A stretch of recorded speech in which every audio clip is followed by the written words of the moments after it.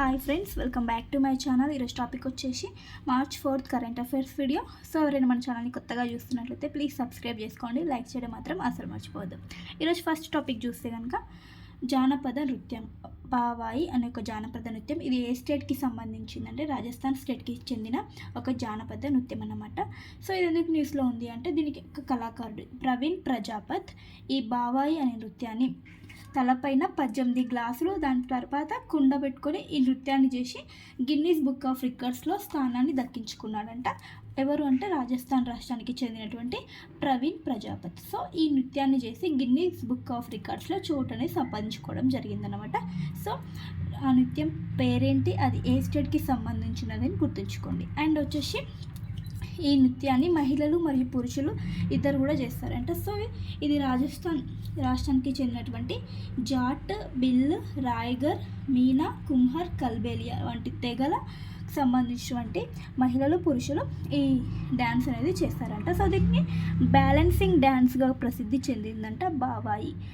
దీన్ని balancing dance అని కూడా అంటారంట. అంటే తలపైన 18 గ్లాసులు అండ్ దానిపైన ఒక కుండ అనేది పెట్టుకొని డ్యాన్స్ అనేది చేయడం జరిగిందంటే ఈ ప్రవీణ్ ప్రజాపతి. సో ఇతనికి గిన్నీస్ బుక్ ఆఫ్ రికార్డ్స్లో చోటు అనేది దక్కిందన్నమాట. సో గుర్తుంచుకోండి. నెక్స్ట్ వచ్చేసి ఒక స్కీమ్తో ఒక స్టేట్ అనేది వార్తల్లో ఉంది. అదేంటంటే 5 రూపాయలకే శాశ్వత విద్యుత్ కనెక్షన్ అంట. ఎవరికి అంటే రైతులకు ఇవ్వబోతున్నారు. ఇంక ఇది లాంచ్ చేయలేదు, ప్రకటించడం జరిగింది. ఏ స్టేట్ అంటే మధ్యప్రదేశ్ యొక్క సీఎం అయినటువంటి మోహన్ యాదవ్ గారు ప్రకటించడం జరిగింది. కేవలం 5 రూపాయలకే శాశ్వత విద్యుత్ కనెక్షన్ అనేది రైతులకు ఇస్తారంట. అయితే ఎవరికి అంటే ఇప్పటి వరకైతే ఎవరికైతే శాశ్వత విద్యుత్ కనెక్షన్ లేదో రైతులకి వారికి ఈ కనెక్షన్ 5 రూపాయలకే ఇవ్వడం జరుగుతుందని ప్రకటించడం జరిగింది. సో ఇది ఇంకా అమల్లో రాలేదు, కేవలం ప్రకటించడం జరిగిందనమాట మధ్యప్రదేశ్ రాష్ట్రానికి సంబంధించి. అండ్ ఇంకోటి ఏంటంటే రాబోయే 3 సంవత్సరాలలో 30 లక్షల సౌర విద్యుత్ వ్యవసాయ పంపు సెట్లను కూడా రైతులకు ఇస్తారంట. 30 లక్షల సౌర విద్యుత్కి సంబంధించినటువంటి వ్యవసాయ పంపు సెట్లను రైతులకు అందివ్వడం జరుగుతుందంట రాబోయే 3 సంవత్సరాలలో మధ్యప్రదేశ్ రాష్ట్రానికి సంబంధించి. Next current affair. అమెరికా యొక్క అధికారిక భాషగా ఇంగ్లీష్ని ప్రకటించడం జరిగింది. అదేంటి, ఇప్పటివరకు అధికారిక భాష లేదా అమెరికా కంటే? ఇప్పటివరకు అమెరికాకి అధికారిక భాష అనేది ఏదీ లేదంట. సో ఇప్పుడు ట్రంప్ అమెరికా నూతన అధ్యక్షుడైనటువంటి ట్రంప్ నూతనంగా అమెరికా అధికారిక భాష ఇంగ్లీష్గా ప్రకటించడం జరిగింది. సో గుర్తుంచుకోండి. నెక్స్ట్ వచ్చేసి గిర్ వన్యప్రాణుల అభయారణ్యం. ఇది న్యూస్లో ఉంది. ఎందుకు అంటే రీసెంట్గా March 3న ప్రపంచ వన్యప్రాణి దినోత్సవం సందర్భంగా గిర్ వన్యప్రాణుల అభయారణ్యాన్ని ప్రధానమంత్రి నరేంద్ర మోడీ గారు సందర్శించడం జరిగింది ఈ అభయారణ్యం. సో అందుకే న్యూస్లో ఉంది. ఈ గిర్ వన్యప్రాణుల అభయారణ్యం ఎక్కడ ఉంది, ఏ రాష్ట్రంలో ఉంది అంటే గుజరాత్ స్టేట్. సో మనం నేమ్ గుర్తుంచుకోవాలి. అండ్ అది ఏ రాష్ట్రానికి సంబంధించింది చాలా ఇంపార్టెంట్. గుజరాత్లోని జునాగఢ్ ప్రాంతంలో ఇది నల్ సరోవర్ సరస్సుకి సమీపంలో ఈ వన్యప్రాణుల అభయారణ్యం ఉందన్నమాట. సో గుర్తుంచుకోండి. సో రీసెంట్గా ప్రధానమంత్రి గారు దీన్ని విజిట్ చేశారు, అందుకే న్యూస్లో ఉంది.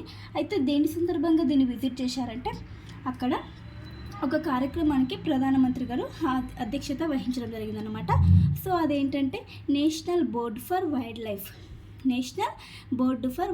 అనే ఒక కార్యక్రమానికి అధ్యక్షత వహించారు. సో ఈ సందర్భంగా అభయారణ్యాన్ని సందర్శించడం జరిగిందనమాట. సో ఏ రోజున అంటే March 3. దాని యొక్క స్పెషాలిటీ ఏంటి, వరల్డ్ వైల్డ్ లైఫ్ డే, ప్రపంచ వన్యప్రాణి దినోత్సవం సందర్భంగా దీన్ని సందర్శించడం జరిగిందనమాట. సో ఈ national board for wild life కార్యక్రమం, దీని యొక్క హెడ్ క్వార్టర్ వచ్చేసి సాసన్గిర్లో ఉంది. సో ఈ కార్యక్రమానికి అధ్యక్షత వహించడం జరిగింది. అండ్ ఇంకొకటి ఏంటంటే దీని సందర్భంగానే national referral centre for wild లైఫ్కి జునాగఢ్లో దీనికి శంకుస్థాపన చేయడం జరిగింది March 3న. సో గుర్తుంచుకోండి. అయితే దీని గురించి చూస్తే కనుక గిర్ వన్యప్రాణుల అభయారణ్యం గురించి చూస్తే ఇక్కడ ఏమి జాతి జంతువులు ఉంటాయంటే, వన్యప్రాణులు ఏమేమి ఉంటాయంటే స్పెసిఫిక్గా చెప్పాలి అంటే ఇది సహజ ఆవాసంగా ఉంది. దేనికి అంటే ఆసియా సింహాలకి ఈ గిర్ వన్యప్రాణుల అభయారణ్యం సహజ ఆవాసంగా ఉందంట. సో ఏవైతే అంతరించిపోతున్నాయి ఆసియా సింహాలు వాటికి ఒక సహజ ఆవాసంగా మారిందనమాట. ఎప్పటి నుంచి అంటే 1884 నుంచి సహజ ఆవాసంగా మారిందనమాట. అండ్ అదేవిధంగా 2003 375 విభిన్న వన్యప్రాణులు కూడా ఇందులో ఉన్నాయంట. సో గుర్తుంచుకోండి. సో ఇది వచ్చేసి 1965లో స్థాపించడం జరిగింది, ఏర్పాటు చేయడం జరిగింది. దీన్ని గిర్ వన్యప్రాణుల అభయారణ్యం ఎప్పుడు స్టార్ట్ అయిందంటే 1965 నల్సా రోవర్ సరస్సు సమీపంలో 1412 చదరపు కిలోమీటర్ల విస్తీర్ణంలో దీన్ని ఏర్పాటు చేయడం జరిగింది. అండ్ ఇంకొకటి ఏంటంటే ఇక్కడ ప్రాజెక్ట్ లయన్ని కేంద్ర ప్రభుత్వం 2020 ఏర్పాటు చేసిందనమాట. ప్రాజెక్ట్ లయన్ అంతరించిపోతున్న ఆసియా సింహాలకు సంబంధించింది ప్రాజెక్ట్ అన్నమాట. ఇది ప్రాజెక్ట్ లయన్. సో దీనికోసం ప్రాజెక్ట్ లయన్ కోసం కేంద్ర ప్రభుత్వం వచ్చేసి 2900 కోట్లను మంజూరు చేయడం జరిగిందనమాట ఈ ప్రాజెక్ట్ లయన్ కోసం 2020లో. సో గుర్తుంచుకోండి, గిర్ వన్యప్రాణుల అభయారణ్యం. సో ఇది అంతరించిపోతున్నటువంటి ఆసియా సింహాలకి ఒక ఆవాసంగా ఉందన్నమాట. నెక్స్ట్ కరెంట్ అఫైర్, పాస్పోర్ట్ నిబంధనలో మార్పులు చేసిన కేంద్ర ప్రభుత్వం. పాస్పోర్ట్ నిబంధనలు ఏవైతే ఉన్నాయో ఇప్పటివరకు దాంట్లో కొద్దిపాటి మార్పులు అనేది చేయడం జరిగిందనమాట. సో ఆ రూల్స్ ఏంటో చూస్తే కనుక 1980 పాస్పోర్ట్ రూల్స్ని సవరించడం జరిగిందన్నమాట. సో ఆ రూల్ ఏంటంటే 2023 అక్టోబర్ 1 వరకు కానీ ఆ తర్వాత ఎవరైతే జన్మిస్తారో వాళ్ళు జనన ధృవీకరణ పత్రం అనేది తప్పనిసరి ఉండాలి అని ఒక రూల్ని తీసుకురావడం జరిగిందనమాట. ఎప్పటి నుంచి అంటే ఈ నిబంధన 2023 అక్టోబర్ 1 లేదా ఆ తర్వాత జన్మించిన వాళ్ళకి ఈ నిబంధన అన్నమాట. అదేంటంటే జనన ధృవీకరణ పత్రం తప్పనిసరి ఉండాలంట. సో అండ్ వచ్చేసి ఏ చట్టం ప్రకారం అంటే 1969 జనన మరణాల చట్టం ప్రకారం ఆ సంబంధిత అధికారి జారీ చేసే జనన ధృవీకరణ పత్రం అక్కడ నుంచి తీసుకోవాలంట. సో ఈ చట్టం ప్రకారం సో నిబంధన పాస్పోర్ట్ నిబంధనకు సంబంధించి కేంద్ర ప్రభుత్వం ఈ మార్పులను తీసుకొచ్చింది. నెక్స్ట్ కరెంట్ అఫైర్, ప్లాస్టిక్ వాడితే సింగిల్ యూజ్ ప్లాస్టిక్పై నిషేధాన్ని విధించింది నోయిడా. సింగిల్ యూజ్ ప్లాస్టిక్పై నిషేధం విధించింది నోయిడా. సో ఒకవేళ వాడితే కనుక 5000 పనిష్మెంట్ అంటే 5000 రూపాయలు జరిమానా విధించనున్నట్లు తెలపడం జరిగింది.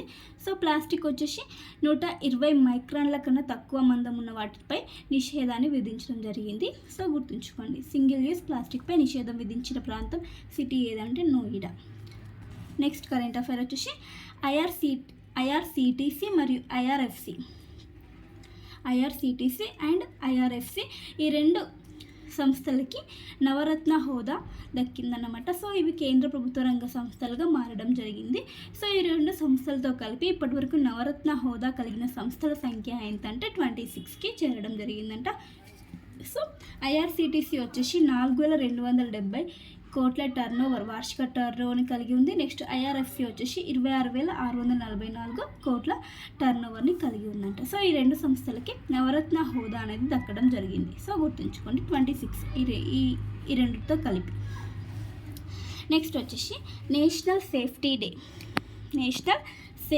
డే ఏ రోజున జరుపుకుంటామంటే మార్చ్ 4న నేషనల్ సేఫ్టీ డే జరుపుకుంటాము. మార్చ్ 3న వచ్చేసి వరల్డ్ వైల్డ్ లైఫ్ డే, ప్రపంచ వన్యప్రాణి దినోత్సవం వచ్చేసి మార్చ్ 3, నేషనల్ సేఫ్టీ డే వచ్చేసి మార్చ్ 4న జరుపుకుంటాము. సో దీన్ని ఎవరు జరుపుతారంటే నేషనల్ సేఫ్టీ కౌన్సిల్ ఎన్ఎస్సి ఈ 1970 నుండి ఈ డేని జరుపుతుందన్నమాట. సో ఈ కౌన్సిల్ ఆధ్వర్యంలో ఈ దినోత్సవాన్ని జరుపుతారన్నమాట, నేషనల్ సేఫ్టీ కౌన్సిల్. సో మరి థీమ్ వచ్చేసి 2025 థీమ్ వచ్చేసి safety and wellbeing crucial for Viksit Bharat. Safety and wellbeing crucial for Viksit Bharat వచ్చేసి ఈ ఇయర్కి థీమ్ అనమాట. సో గుర్తుంచుకోండి. నెక్స్ట్ వచ్చేసి ప్రపంచంలోనే అతిపెద్ద కృత్రిమ పగడపు దిబ్బగా ఒక నౌకను ప్రపంచంలోనే అతిపెద్ద కృత్రిమ పగడపు దిబ్బగా మార్చబోతున్నారంట. ఆ నౌక పేరు ఏంటంటే ద ఎస్ఎస్ యునైటెడ్ స్టేట్స్. ఈ యొక్క పాత నౌక అంట, దాన్ని కృత్రిమ పగడపు దిబ్బగా అమెరికా మార్చబోతుందంట. ద ఎస్ఎస్ యునైటెడ్ స్టేట్స్ నౌక పేరు. దాని పొడవెంత వచ్చేసి 305 మీటర్లు ఉందంట. సో దీన్ని ఫ్లోరిడాకు చేరువలో దీన్ని జల సమాధి చేస్తారంట. అంటే ఒక నౌకను కృత్రిమ పగడపు దిబ్బగా మారుస్తారంట. ఏ దేశం అంటే అమెరికా. నెక్స్ట్ వచ్చేసి కేన్స్ అంతర్జాతీయ ఓపెన్ చెస్ టైటిల్ని భారత గ్రాండ్ మాస్టర్ గెలుచుకోవడం జరిగింది. భారతదేశానికి చెందినటువంటి గ్రాండ్ మాస్టర్. ఏ టైటిల్? కేన్స్ అంతర్జాతీయ ఓపెన్ చెస్ టైటిల్ అన్నమాట.